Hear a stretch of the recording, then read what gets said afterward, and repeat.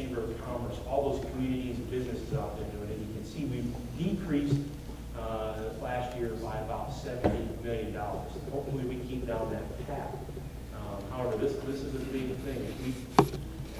Imagine what you could do with this with your unit if you already had another $500 million to spend on manning, training, equipping, research and development, and so on. So some of the things to do to help combat this, though, bottom left of that slide, you see the Joining Forces Coalition. That's our White House partners, Mrs. Obama and Dr. Biden. They have a program encouraging employers to sign up and hire veterans. And you can see the numbers of hires that have happened since their inception around 2011. And then in the bottom right there, we have the Veterans Employment Center, which normally I would go into a lot more detail on, but Rosie is going to give you a picture, so I am not going to double tap you on that.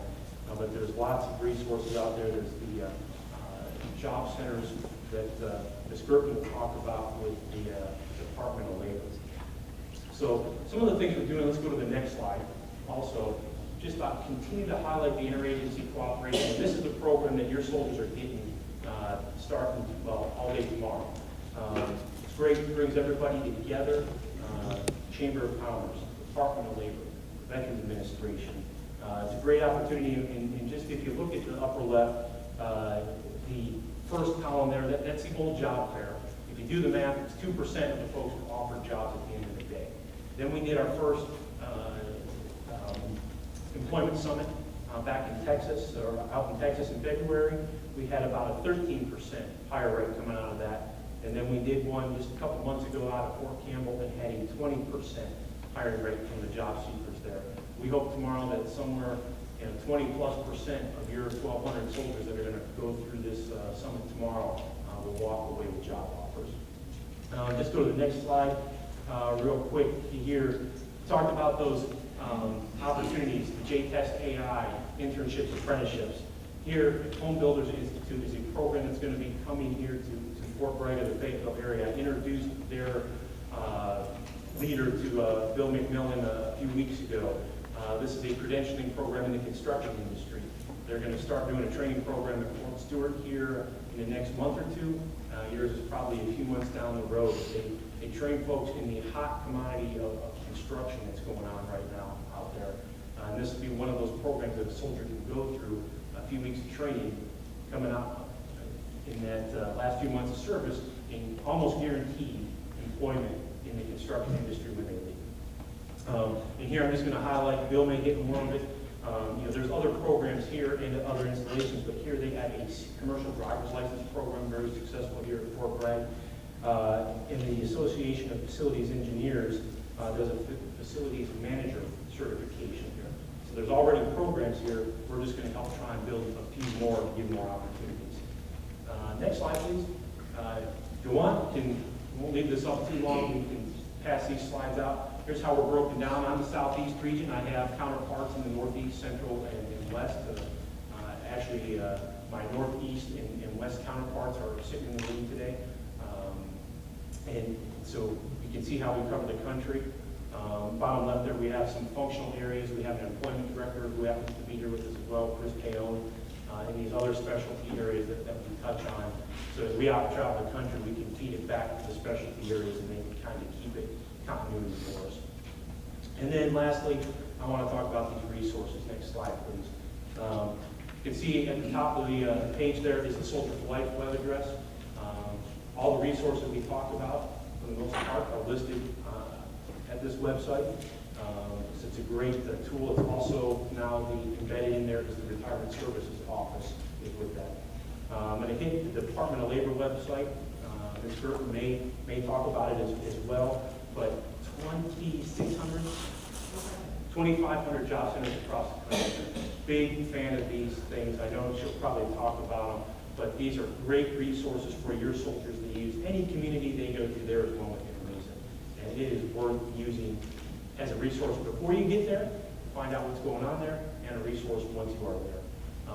That next, e-benefits employment site, Ms. Cloud will talk about that some more. That is the government's choice of a web portal solution for veterans, soldiers, and family members. Where, you go on, and employers to put on resumes, and then employers to seek resumes and apply for jobs, and employers to post their jobs. And then lastly, I talked about in the briefing the credentialing opportunities online. You can see cool down there. That is the website for really, really great program. So next thing I want to do, we've already kind of introduced, go to the next slide. I'm going to get ready to turn this over to Ms. Teresa Gerk from the Department of Labor. And so I'll bring her up in just a second. But go to the last slide. Here, one thing I want to say, we are always open for recommendations or feedback. Whether it's something that's going on here at Fort Bragg in your hometown, if you think it's something that we can help with, learn from, or help get the word out, or connect to a soldier that's somewhere else, please contact us, let us know. We are open for any comments. And just remember, once a soldier, always a soldier. You're a soldier for life. Teresa, the floor is yours. Well, you know what? Let me ask this. Are there any questions? I kind of worked through that. Any questions out here? All right. That's right. Thank you. Thanks, Colonel George. General Chen, thank you so much for the opportunity to be here. General Chen and I discovered we were company neighbors at West Point. He was in H4 and I was in I4 way back when. I am a retired Army Ordnance Officer myself, and I appreciate Colonel George talking about us as mature. My kids will just tell you I'm old, but that's okay. I think of it as experience. I want to have the opportunity today to introduce you to some fabulous resources. They are force multipliers for you as you work your service members through transition. I have some help for you. I'd like Yvonne to raise her hand. Yvonne Gregorio is our state representative for North Carolina. So at the end of this session, you need to find her, get her card, because she can make things happen for you here in the great state of North Carolina. So you'll go to the next slide. So that's exists. Veterans Employment and Training Service is a separate agency inside the Department of Labor, and its sole purpose is to bring all of the employment resources of the Department of Labor to bear in the support of veterans who are seeking employment.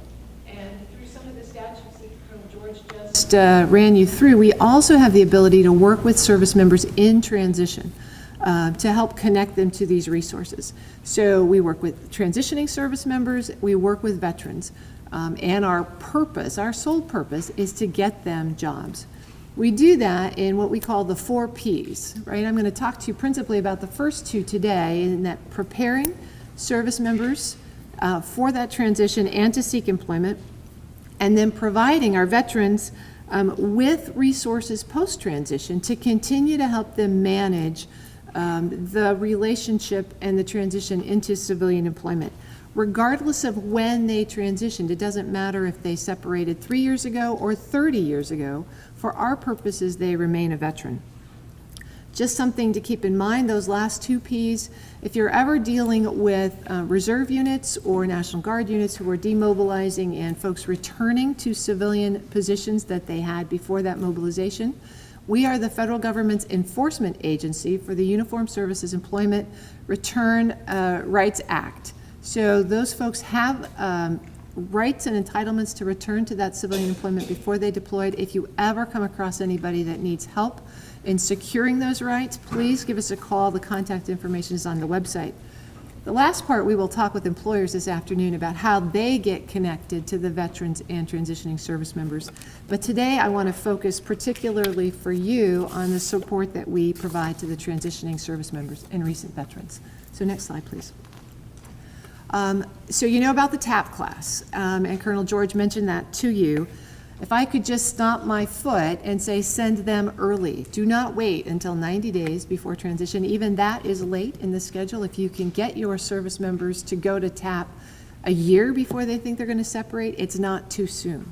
It is very important that they get there. There's a lot of work to be done. And even though the economy is picking up, that transition phase is still a tough one. And the sooner they start, the sooner they'll be ready. Within that TAP class, the Department of Labor teaches a 3-day employment workshop.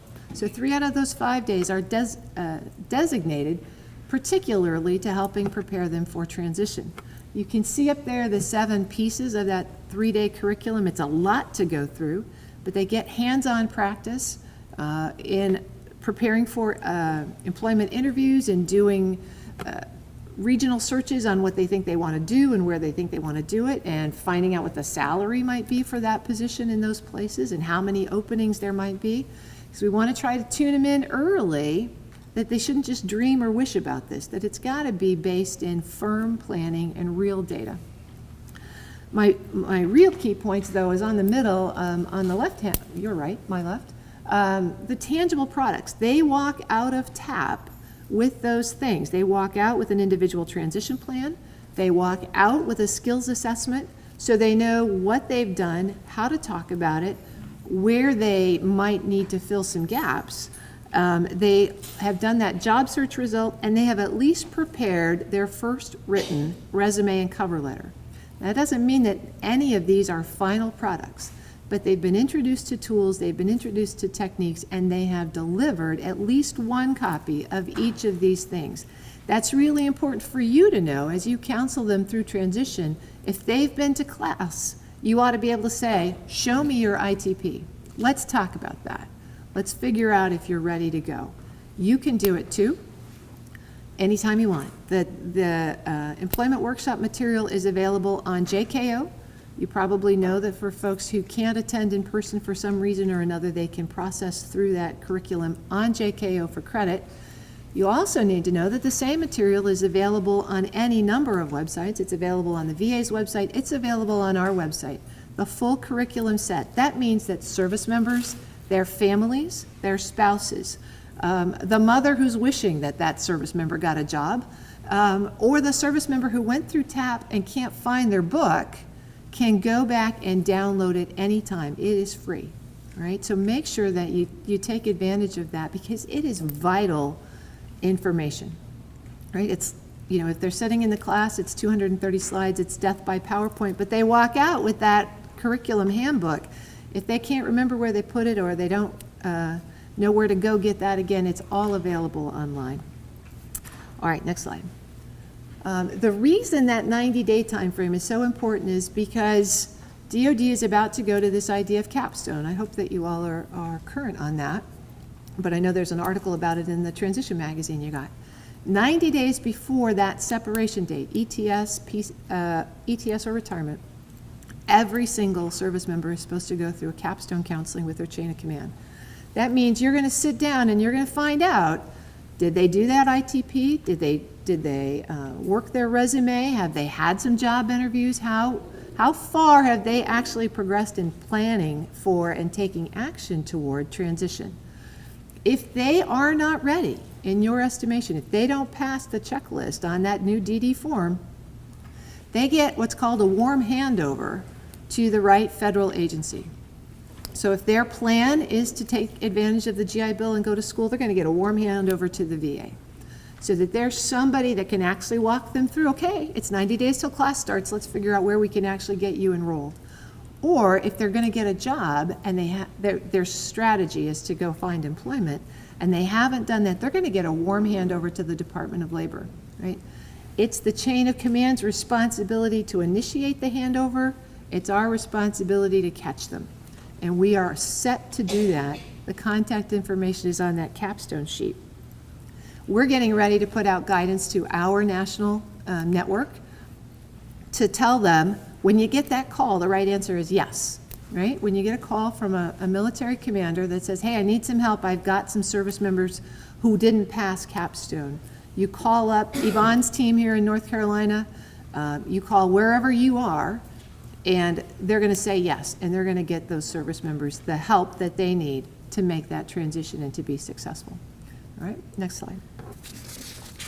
All right, so let me talk briefly about these job centers, because you need to know about the kind of services that are there. And also, in your magazine that you got, the American Job Centers are the very last page. Don't read that article now.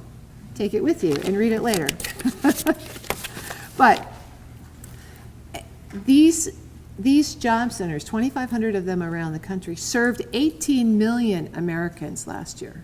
Okay, so even taking in the extra transitioning service member population doesn't move the needle on that capability. There's tremendous capacity.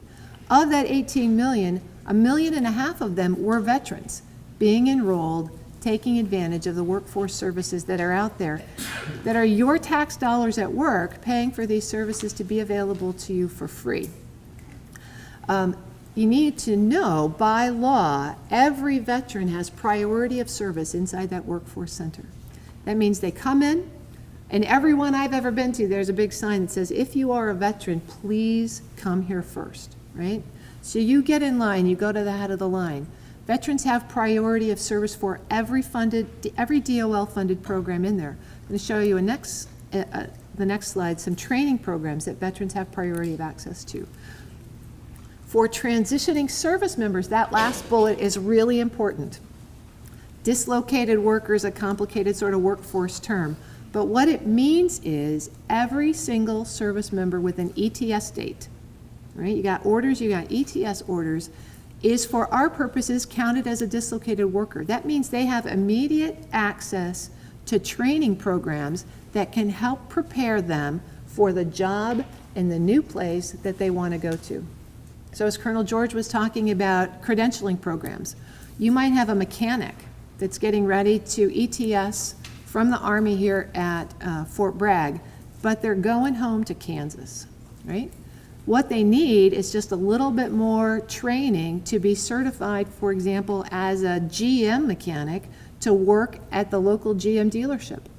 They can go see, because they are a dislocated worker, the workforce system, whether it's here or whether it's back in Kansas. We can work with them to find the right kind of training that they can participate in, that they can then use DOL funds to pay for, and that they can perhaps use DOL funds to take the test, get that credential, and then go to work as a mechanic at the GM dealer. I mean, so it's that fast. So you need to know about that. You need to know that the dislocated worker status also applies to spouses. And it applies to spouses whenever their service member spouse gets PCS or ETS orders, right? So with this nationwide network, it doesn't matter where you're getting out from or where you're going to, we can execute that connection for you between the losing site and the gaining site, all right? So remember, I had Yvonne wave her hand. Hopefully by now you want to take home a couple of her cards because you need to talk to her folks. All right, next slide. All right, inside the job centers, what happens there? There is a room full of computers for folks who just need to be pointed in the right direction and have the website pulled up, who can be self-directed. But for those who need a little bit more help, that middle column about intensive services is really important. When you're a transitioning service member, and they don't have to wait to be a veteran to go there, or a local veteran goes to that job center, they're going to be met by a person who's going to ask them some questions and figure out what they need, what their challenges are, what they're looking to do. If they need those intensive services, if they have some significant employment challenges that they need to overcome, they're going to be eligible for real intensive case management, hand-holding, walk them through the process, attention. Again, all of these services in the job centers are free. They're free to the participants. Whatever their status, they're going to be met by a person who can help ask them some questions, sit down with them, and walk them through the process. That may be all they need, and they can be self-directed from there. Some of them are going to need a little bit more time. So there are lots and lots of tools that you can make available to your service members to help them execute this transition successfully. The far left column over there talks about the kind of training that is available. Again, this is DOL funded. DOL put over $1 billion into nationwide training in those categories last year. $1 billion. Remember that veterans have priority of access to those programs. That is law, all right? So it's a tremendous resource that you have out there to take advantage of. It's not something that these folks have to do alone. I do want to highlight the idea of apprenticeships. This is a tremendous opportunity. We met with the North Carolina Director of Apprenticeship Programs yesterday. They have hundreds of companies in this state who want to offer apprenticeships to transitioning service members and veterans. That means if you can see your way clear to give that person that 6-month window before ETS, they can get enrolled in apprenticeship programs today while the military is still paying their salary, get on board with a company, get initial certifications, and when they take that uniform off, continue in full-time employment. That is an opportunity not to be missed, especially when Colonel George reminds you of how much it's costing the Army in unemployment compensation. So Yvonne's team, again, can help you match employers with apprenticeships to your transitioning service members. And Bill McMillan's team over there in the transition office is a key piece of this as well, and we work very closely with them. So there are lots and lots of innovative ways that we have to help soldiers understand about what it means to leave the military and get a job. It's very different today. There are huge, huge opportunities, a wide variety of possibilities, and a door that will be open for them. Next slide. All right, this is the network of the American Job Centers, 2,500 of them across the country, one in every county in America. So it doesn't matter where your transitioning member thinks they are going, whether it's the home they left and enlisted in the Army because there weren't any jobs there and now they think they're going to go back, or whether they do some really good homework and they figure out that the best place to find a job in America is North Dakota.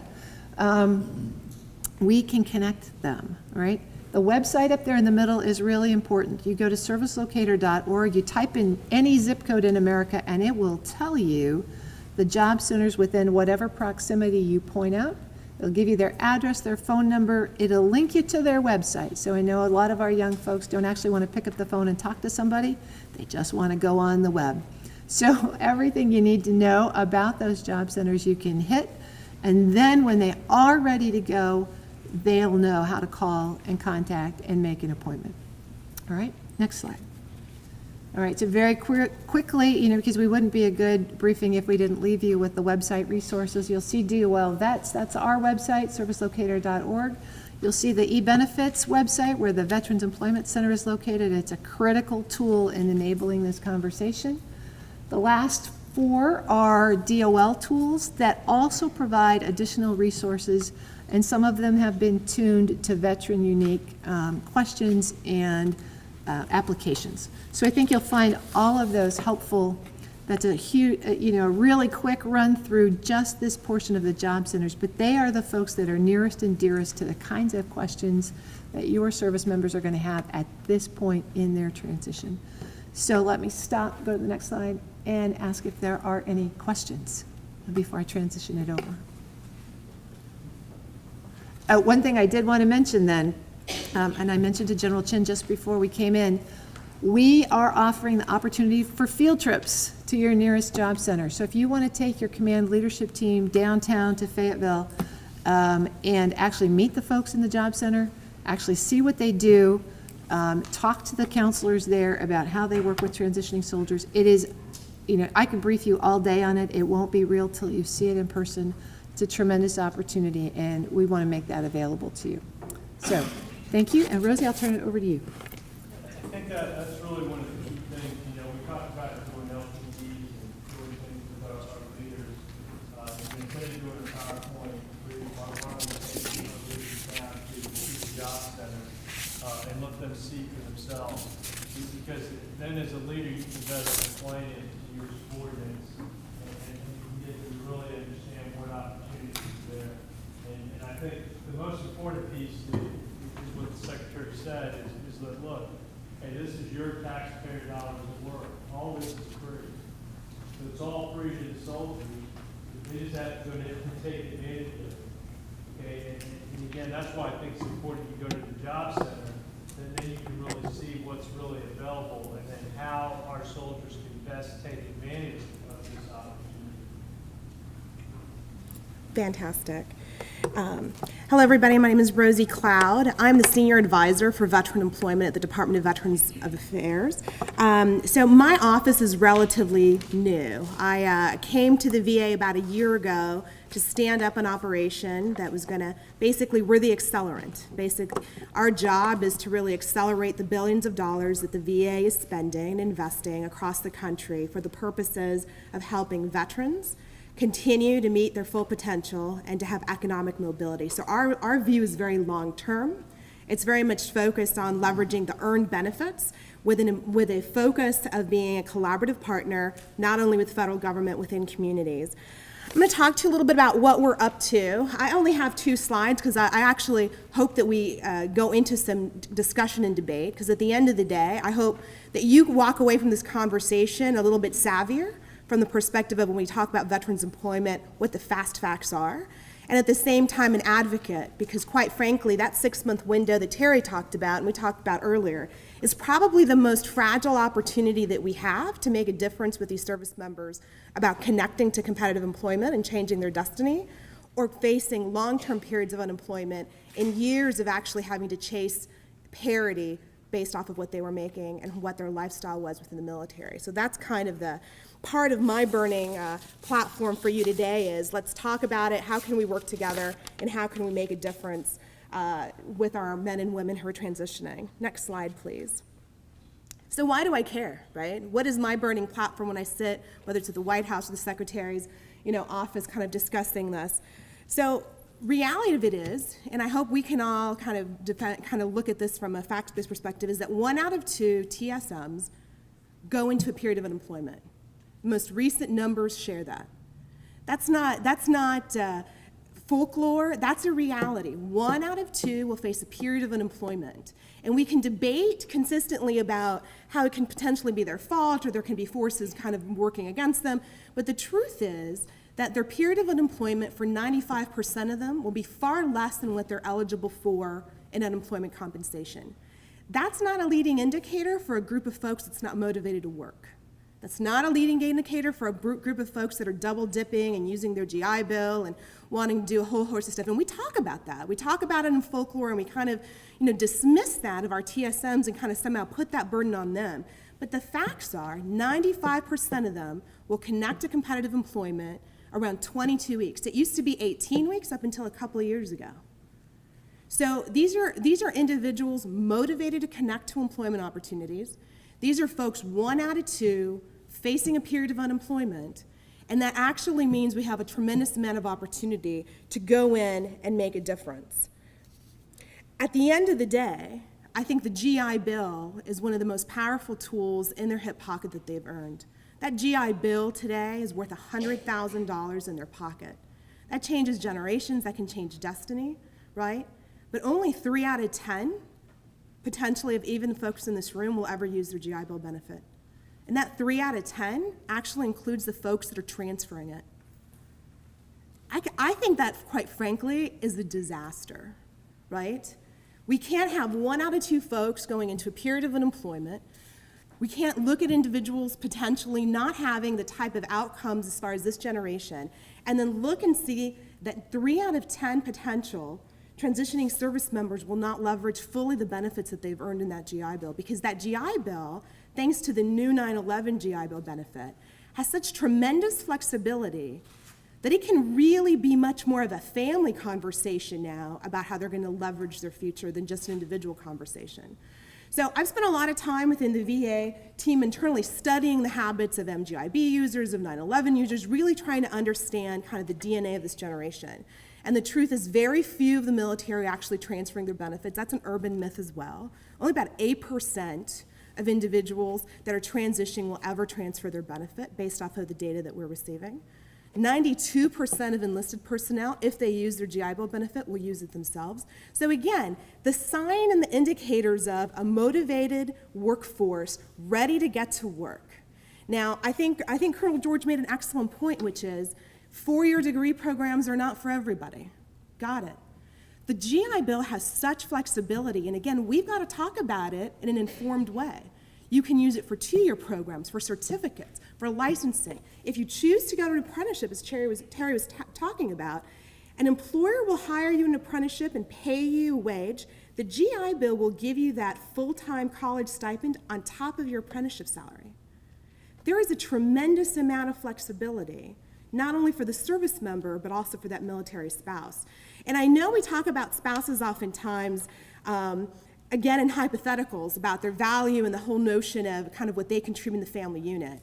But on a national level, having gone through a double-dip recession, the only wealth American families have created in America for the last couple of decades have been having their spouse enter the job market.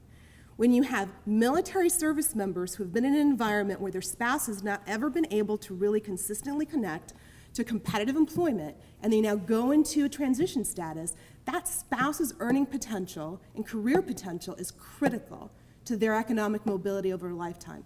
So I want us to kind of have these conversations together, because when we talk about attending TAP and we talk about attending some of these optional programs or connecting to the American Job Center, those contextual facts I've just talked about are part of why we're so energized, or we see the burning imperative of having that counseling and having that mentorship happen well before they transition.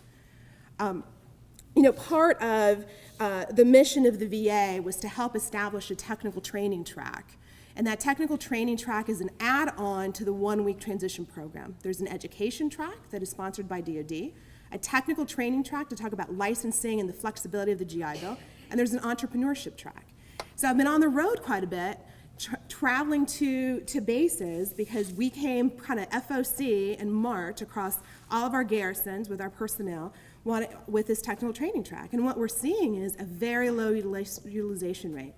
So I went last week to the third largest Army base. I've got 16 full-time VA counselors that do benefits briefings.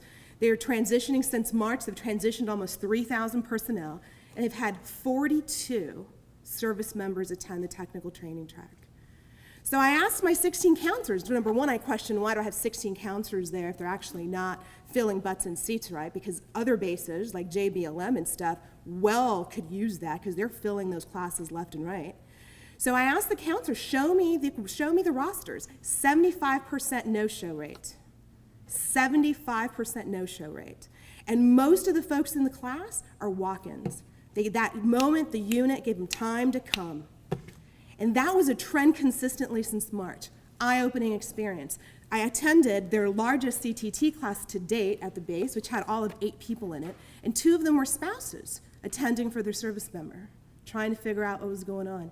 So it gives me an opportunity from the VA perspective to say, I need to do a better job of meeting your needs when I'm talking about these programs. So our counselors had the conversation of, do we do these at night? Do they do them on weekend? Do we do them at lunch? Do we have a different model? Because at the end of the day, our DNA and how we deliver these programs has to match the right op-tempo for you and for those individuals wanting to attend to be able to come in. I see that as a huge opportunity space for us to work together, reduce unemployment, connect them to their GI Bill benefit in a positive way, and ensure that they're actually set up for success as they walk out the door.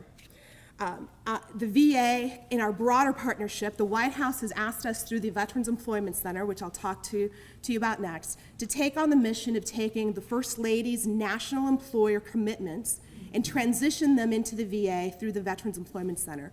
So we at the VA work national level commitments. So I worry about scale and real jobs. And my 2 measures of success, and Colonel Rock and I just had this conversation with the new RBG-1 last week, I worry about pay parity when they're looking at career jobs, and I look at meaningful employment, meaning these are jobs that have mobility to them. These aren't just one and done type of opportunities.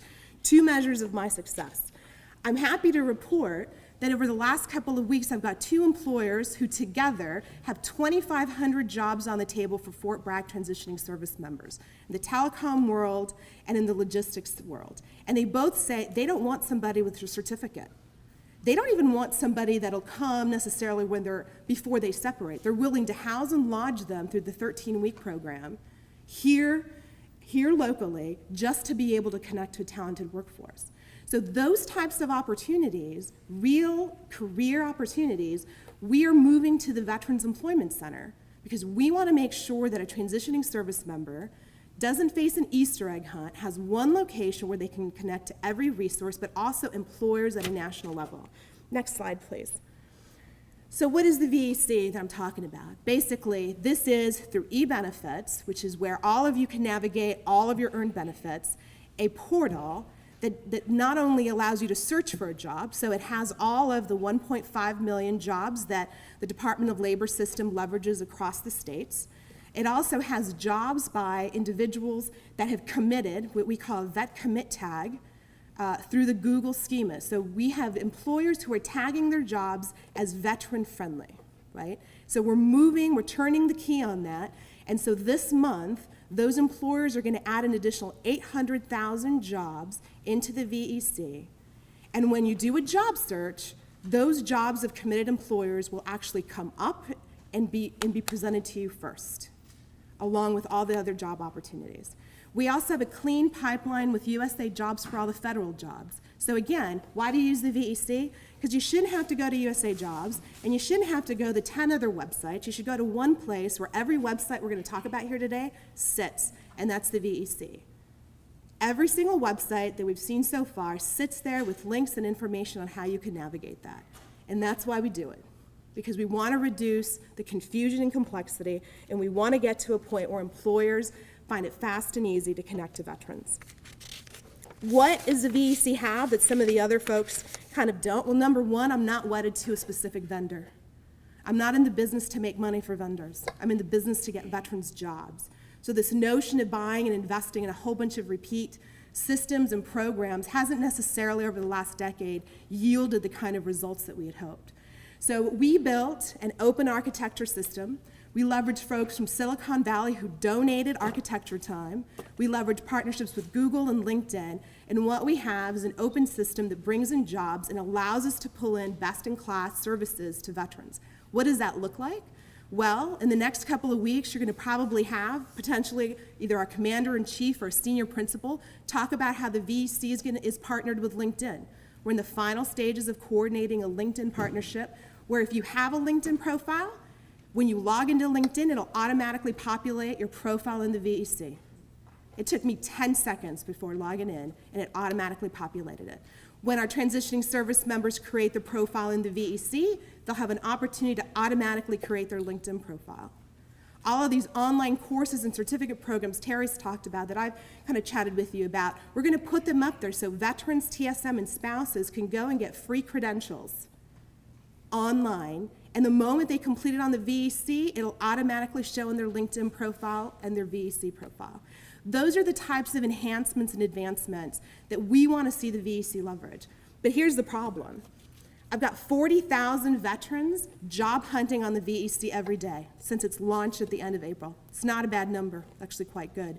Very few of them, I think something like 1,300, are TSMs. So we're having an adoption issue. Because I guarantee you that probably one Army base could double or triple that number in a short given amount of time. So I'm here to talk to you and ask your help to start talking about the VEC. Because I believe we have an opportunity here to, number one, create an authoritative source for veteran profiles that's not owned by anybody outside of the government, that's validated by VA. We use the e-benefits hard logon, which everyone should have to actually validate who they are and that they're eligible. And employers are excited about that because they've never actually had a validated resource for profiles that's one source where they can query family members, TSMs, junior military officers, where they have the ability to go ahead and connect and go fish, if you will, and be able to connect to direct talent. But most of the CEOs that I sit with will say, the problem we have is you're not going to be able to feed into the pipeline. We're concerned we're not going to get a fresh pipeline in the resumes. And that will only, quite frankly, happen through TAP. It'll only happen through TAP and through the counseling that happens on the TSM side. So that's where the partnership will either thrive or fail together in how we leverage this tool. I'm going to pause with that and see if anybody has any questions on the VEC or any of the data that we've talked about before. Sir? Yes, ma'am. Could you state again which service or benefit was it that there was a 75% no-show rate? So those are our optional training tracks, our technical training tracks. So during TAP, there's a core TAP curriculum that's presented. It's about 1 week long. Department of Labor has a good couple of days in there. The VA has a full day of benefits conversation. The average right now, unless Adam corrects me, the Army in mandatory TAP, the 1 week, is averaging about 55% show rate for mandatory TAP across the Army. This is the by law TAP. In addition to that 1 week, we have 3 optional training tracks. Those were directed by the president. They were a response basically to service members saying that one size didn't fit all. They wanted a direct 2-day deep dive on either full college-bound courses. They wanted a 2-day deep dive on how to pursue non-degree programs, so technical, middle skills type of programs. And they wanted a deep dive on entrepreneurship, especially for those, retirees or more seasoned transitioning service members that want to get into jobs. So those are 3 optional, not mandatory tracks. Our VA sponsors the technical training track. That went FOC beginning of March across all installations. And that's where we're having very low show rates. Where I would say that's actually one of the best opportunities to kind of make some money, put money in the bank, because that is where you talk to the universe that's not leveraging GI Bill, that may have a significant amount of overhead they have to worry about when they transition and may not be able to go to school full time, but need to connect to meaningful career type of employment opportunities. So we're watching those numbers. We're working together. I had a great conversation with General Nichols and General Halverson at IMCOM wanting to talk about how we can get a little bit more creative about how the VA can create more different types of modalities to support it, because I'm committed to keeping those resources on the base, providing these optional training tracks, and if that means we do it on weekends, if that means we do it in the evening, then we've got to work to make it more relevant. That's our job, that's our responsibility to be responsive to you in doing that, but we also need your feedback as commanders as to why we're potentially not having those show rates, or how we can work better at that. Ma'am. Rosie, Kim Combs from Central Region. Hey, good to see you, by the way. One of the things I'd like to ask is, on your visits to some of these installations, are you finding that it's a low show rate because it may be a bad time, or it's not given as much importance as it should be given? The feedback, I asked the folks that were actually in the class that walked in, right? Because, again, high no-show rate, and the majority of students in the class are walk-ins. It's an indicator, right? And so right, wrong, or indifferent, most of the folks in the class are saying it's tough to get time during the mission day to be here. It's tough, right? Right, wrong, or indifferent, that's a very real reality. For some folks, and especially when you're talking about our service-connected disabled or other folks, the caregiver and the spouse takes on a different meaning for that family unit, which is why any spouse is able to attend our programs. We encourage their attendance because we recognize they're a powerful partner here, as well. But I asked there, you yeah. specifically because I ended up following you to the installation you were talking about, and I did not feel like the importance was being given to the program specifically. I think that's our opportunity to talk to commanders, right? I think it's our opportunity to talk to commanders, and I don't think we talk about, I think we talk about in broad terms why we care, why it matters, why there's a big dollar bill at the end of the day. The bottom line is 1 out of 2 are going to face a crisis. Being unemployed for up to 22 weeks is disruptive to a family, changes your perspective, and quite frankly, changes your long-term economic outcomes. It delays your opportunity to parity. It has tremendous lifelong implications. I think those are all volunteer force implications, quite frankly. So I think that is our opportunity today to kind of talk about this. I'm obviously very excited to be here at Bragg. As Kim mentioned, I spent 20 years working for the Army before I spent 4 years. I didn't think, the Army was fast. Then I got to go to the Pentagon, and I thought nothing could be more bureaucratic than the Pentagon. But then I went to the White House for 4 years, and I realized that there is something a little bit more bureaucratic than the Pentagon, if you will, prior to coming to the VA. So I live and breathe this. This has been my lifelong mission, is to not only serve our troops, but to actually help them connect to meaningful opportunities nationwide. So I appreciate your time today. If you have any questions, I'll have my team stand up, but you have a local rep here from the team that does the VA benefits, and then I've got 2 folks here from a national level as well. So we, please stand. Not a question, just a comment. Yes. I'm a military retiree. I retired in 2006. This is not a leadership issue. This is a communication issue between leaders and soldiers, because this is Fort Bragg. It's home of the airborne, and everybody that grows up here grows up believing mission first, square your stuff away later. And that is the biggest problem that we have with getting people into ACAP. We tell them start a year out, start 2 years out. Yeah, but first I've got the QTE, I've got an inspection, I've got to take care of my soldiers, I've got to counsel, I've got to write in COERs. So it's really more a matter of telling soldiers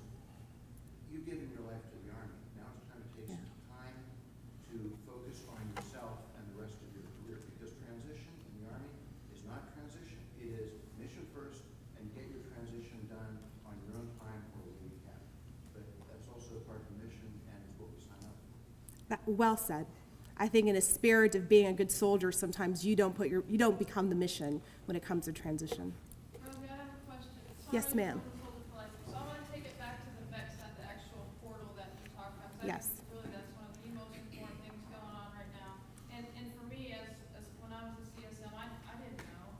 I didn't know what I didn't know. So can we speak a little bit toward what is mandatory of the soldier transitioning when he goes into that ACAP center as Right. far as the VEX goes? Because me as a brigade or battalion CSM, I'm not going to bring Joe in my office and make him create a profile. Of course. So of course. is that something that has to happen at the ACAP center, or is that something the squad leader? So- I guess my confusion. So we're working hard because right now, and I think I chatted with your ACAP director yesterday, we need to find a creative and fast way of getting ACAP counselors trained up on this and given permission to talk about it.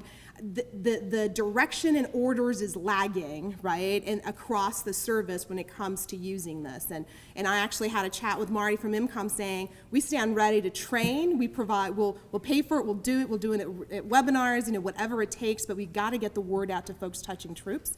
Department of Labor, Terry and I are joined at the hip. She's actually updating the DOL curriculum to have a section on profile building. That will be live 1 October. That's a curriculum change across the entire nation. But I think 1 October, quite frankly, is too late. I'm impatient. That's thousands of service members that won't get this if we kind of wait until then. To be candid, which is why we've got to lean forward. That's why I'm here today. That's why I'm traveling across the services, because we want to start talking about it now. Why can't we lead the way? Why do we have to wait till the curriculum kind of chases this? Our VA counselors have a mission. You have a significant amount of counselors here on Bragg. They're all trained on using the VEC. I have asked every single one of them to talk about the VEC when they do the benefits briefings in TAP currently. So they're at least starting to get that in TAP today through the VA benefits counselor. But they need to see it end to end, right? They need to see it end to end, and quite frankly, you probably want to know the numbers and kind of the data for your own installation.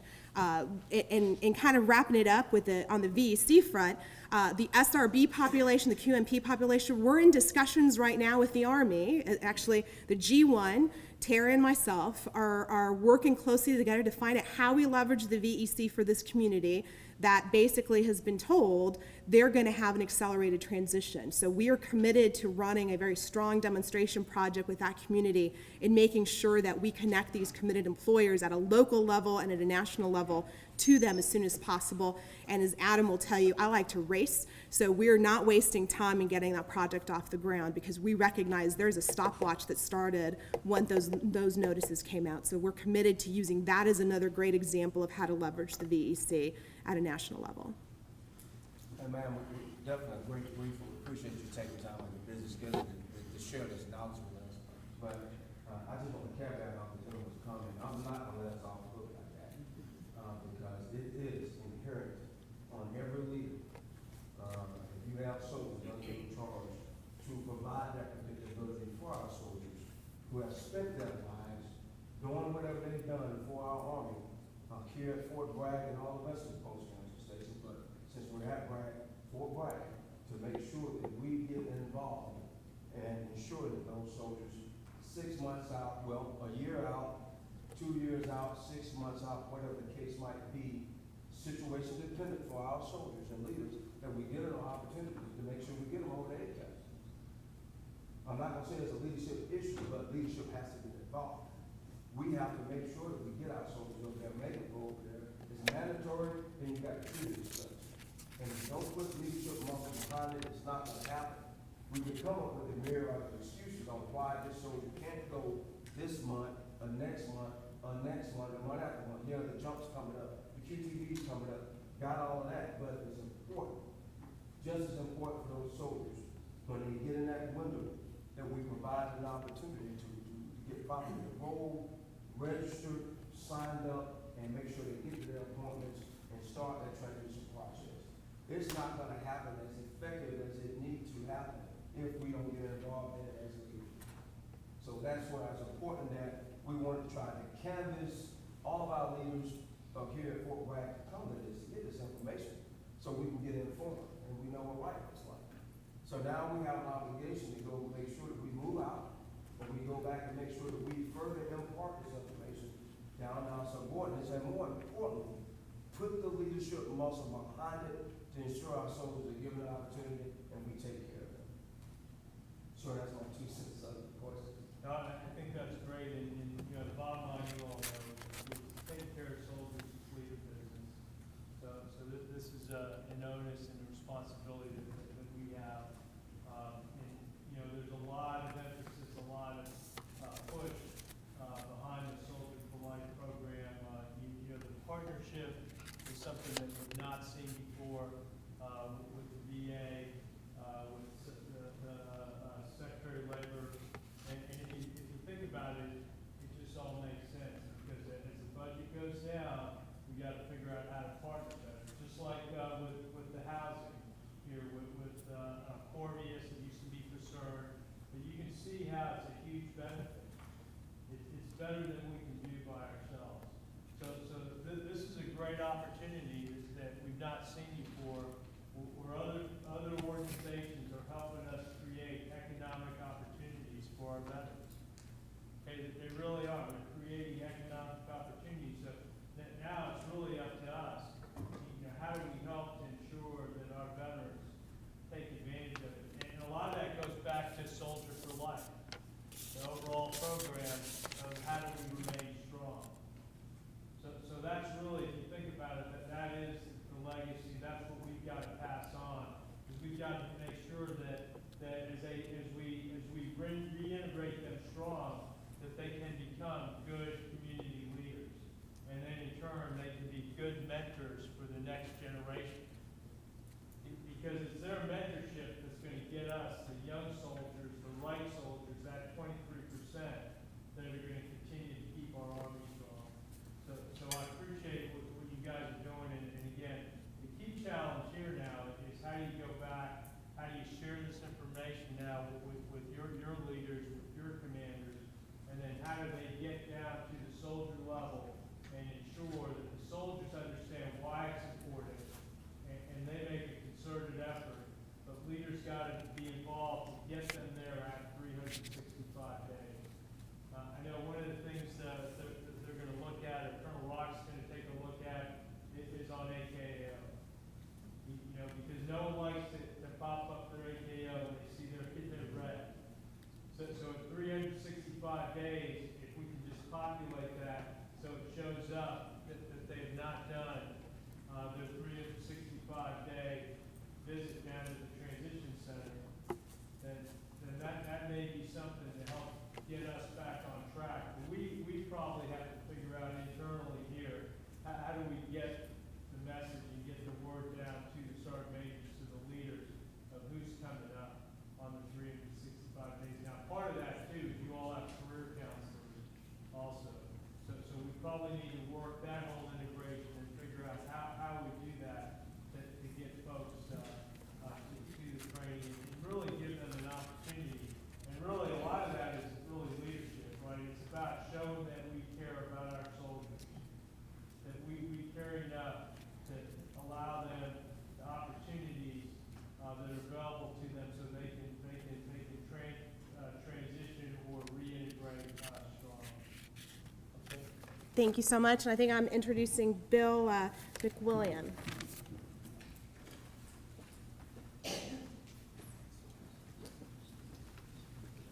You've heard my name all this morning, Bill McMillan. I am the Transition Services Manager here on Fort Bragg. And I want to, first of all, thank all of our distinguished visitors here at Fort Bragg for this event. I want to thank our brigade and battalion commanders and sergeant majors.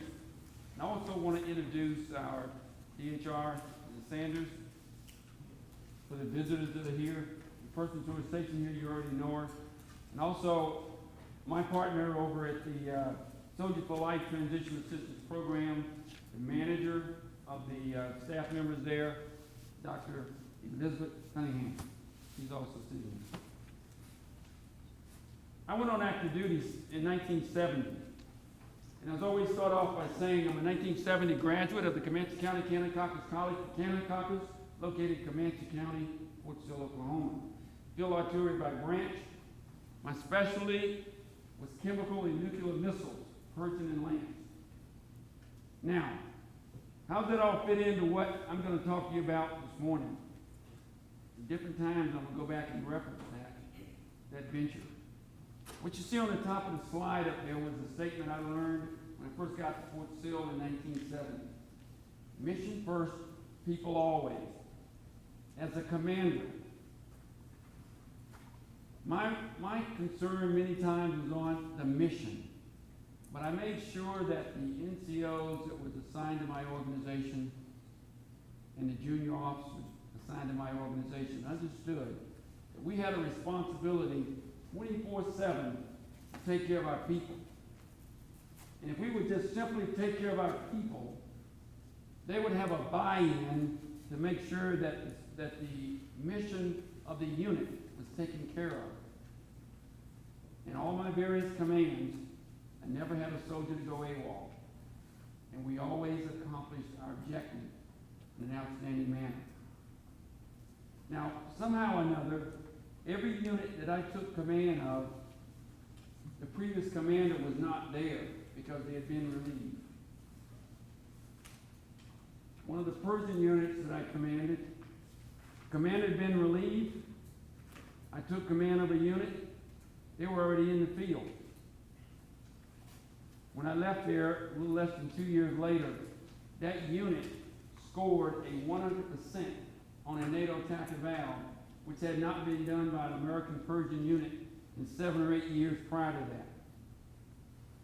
Every major job that I've had in the military, and even the 3 jobs after I left the military, there was never a person there who did the job before me.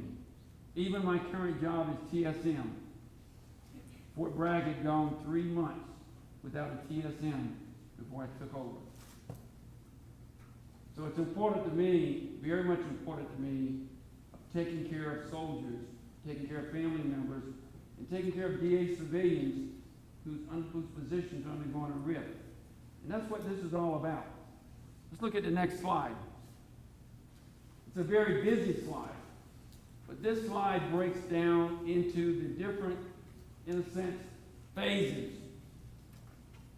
Within the first year of a soldier coming in the Army, this is in the plan. We're going to shift some of the things that take place currently in the transition phase. It's going to start going down to the units. That's why it's important as brigade commanders, battalion commanders, you're here. We can come out to your unit and give briefings to help inform the leadership in your organizations of their role in this new Soldier for Life cycle. Soldiers in AIT are going to start in the near future being taught how to set up a budget. We're not going to wait until they get ready to transition out to set up a budget. That should help cut down some of these situations where commanders are having to do judicial action because someone was writing checks for money they didn't have in the bank. We're going to start early. We're going to have that soldier identify maybe their plan, even if it's to stay in the military for a few years or 20 plus years. And each year, the leadership, they're going to have to get with that soldier, see where they are on their plan. Are they going to school on time? Are they getting promoted on time? We're going to start working with these soldiers earlier. It's not going to be ACAP. It's not going to be the Soldier for Life. It's going to be the leadership down in the unit doing this. Oh, by the way, you're getting ready to go off to some senior level training course. The new requirement is now you're going to have a resume in your packet. If you're going to the senior NCO courses, say the advanced course, command and general staff, you're going to have a resume. Now, is it a resume to get a job? Probably not. It's probably a resume to show what you've accomplished in your previous assignments. What was the challenge of the job? what action did you as an individual take to improve things, and what was the results? It's not a resume to apply for a job. Skill assessment. Think about it. My military career was working with chemical and nuclear missiles. If some employer tried to use my MOS to determine which type of job that I was going to be suited for, would I be standing here? Probably not. I'm not even sure where I would be if I was in Fayetteville or Raleigh, North Carolina, based on that experience. So we do the skill assessment because it may help to determine personality, how you get along with other people. I did the skill assessment a few years ago just to see, am I where I should be? You know what came up? Number one choice, to be a high school principal or be a human resource manager. What am I doing right now? I'm doing both. I'm the chancellor for the Fort Bragg Transition University, doing exactly what that assessment indicated years ago. As a matter of fact, it was about 7 or 8 years ago. Now, let's look at the transition track. Across the bottom of the screen there, as we go up that diagonal line, we see a number of activities. These are career readiness. On the back of the magazine we passed out, these are the career readiness standards that each of your soldiers need to meet. Notice across the bottom of the chart the end state. I'm going to show you later where we are now, but notice the comment there. It basically states that by January 2015, 75% of the soldiers that are transitioning out of a unit must have 100% of their career readiness standards met. I'll be the first to say, even here at Fort Bragg, we've got a ways to go. But I'll show you the numbers as we proceed on. Up at the top, in green, these are some of the things that we're doing currently to help prepare soldiers to make that transition to the civilian world. Coming up in October, we've got an afterburner class, mostly for the senior level, mid-level persons. Very interesting one-day class to attend. Coming up on tomorrow, yes, on post, there's going to be a job fair the Chamber of Commerce is going to be putting on. However, at the Embassy Suites, the Soldier for Life program, we're putting on a hiring event. We do hiring events as opposed to job fairs. The company registers, they post their jobs. The individuals then are able to go in and see exactly what the company's requirements are, and then they write a tailored resume. Those jobs are put in the computer database. The companies go in, they read the resumes, and they select the individuals that they would like to interview. They call those individuals, and they set up an interview time. They provide us with the list. We have the soldiers or the job seekers to show up 15, 20 minutes early. We put them in a room across the hall at the appropriate time. We take them across the hall and introduce them to the interviewer. What we found in the last 2 years since we've been doing this, 58% of the individuals that participate in the event either get a job offer that day, or they get invited to a second interview, or third, or fourth interview with that employer. Job search for us is like writing an operations order. The operations order must be tailored to the specific mission. The bottom line is at the end, the post-transition phase. We want to see that soldier either get a job, whether it be federal or civilian. If they go into school, they get the offer, and they start the school on time. Or if they're going to work for themselves, they have their business plan completed before they leave the service. These things should happen even at 5 months prior to separation. So they can't wait. They cannot wait until they're 2 or 3 weeks out before they come to our program. It is very important to start 12 months prior to separation date. Next slide. This is where we are. As of July, there's 2 sets of numbers here. On the left side, we're using the old 90-day standard. The ruling is soldiers should start ACAP now at 12 months prior to separation, not 90 days prior to. Even if we were using the old 90-day rule, the main site is at 82%, the 82nd is 86%. Looking at 12 months out, the main site is at 57%, 82nd is at 43%. We still have a ways to go. Next slide. Now, using the old schools, as I said, I went on active duty in 1970. I went through Ranger School 1971. I'm using this old way of drawing out the battlefield to give you a real quick insight as to what's involved when you come through ACAP. The assembly area, that's back in the unit. On the sheet that I passed out to you in the booklet, these are a list of one. I have 3 E7s that work for me. 79 victims.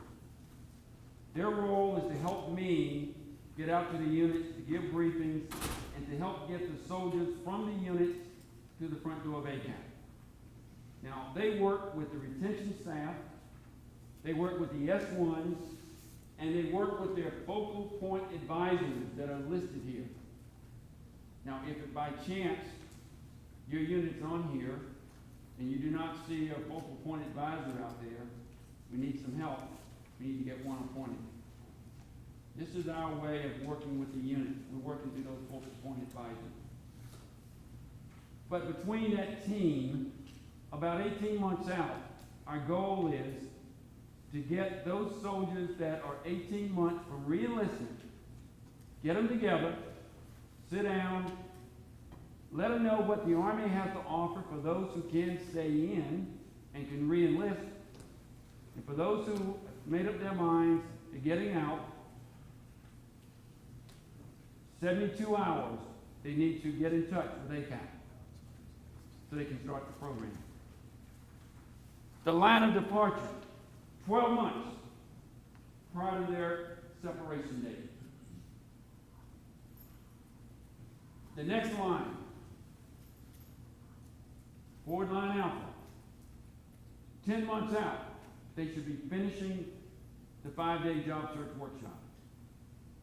Now, based on the actions taken by Corps Headquarters last year, with the implementation of the Transition University, attendance to the 5-day workshop and the follow-on events are now mandatory, and they have been since last fall. What we've seen happen is the number of soldiers staying in the workshops as opposed to dropping out, there are more soldiers staying in. We make it very clear when you start the workshop, if they miss more than an hour, you got to go all over again. If units try to call and pull them out of the workshop, unless it's very, very, very, very important, they be pulled out. We work through the focal point advisors. In most cases, the soldiers have been able to stay in the workshop. They do not get just pulled out for small things. If a soldier is signed up for the workshop 24 hours 12 hours prior to the beginning of the workshop, 12 hours after the workshop is over, those soldiers are not supposed to be assigned normal duties within their units, especially things like duty, staff duty the night before, that they're gonna go to sleep in the workshop. Or staff duty the night after the workshop is over, because then they're gonna go to sleep on staff duty, and we know what's gonna happen then. So the Department of Defense has put that in place, help us, help these soldiers get through the transition process.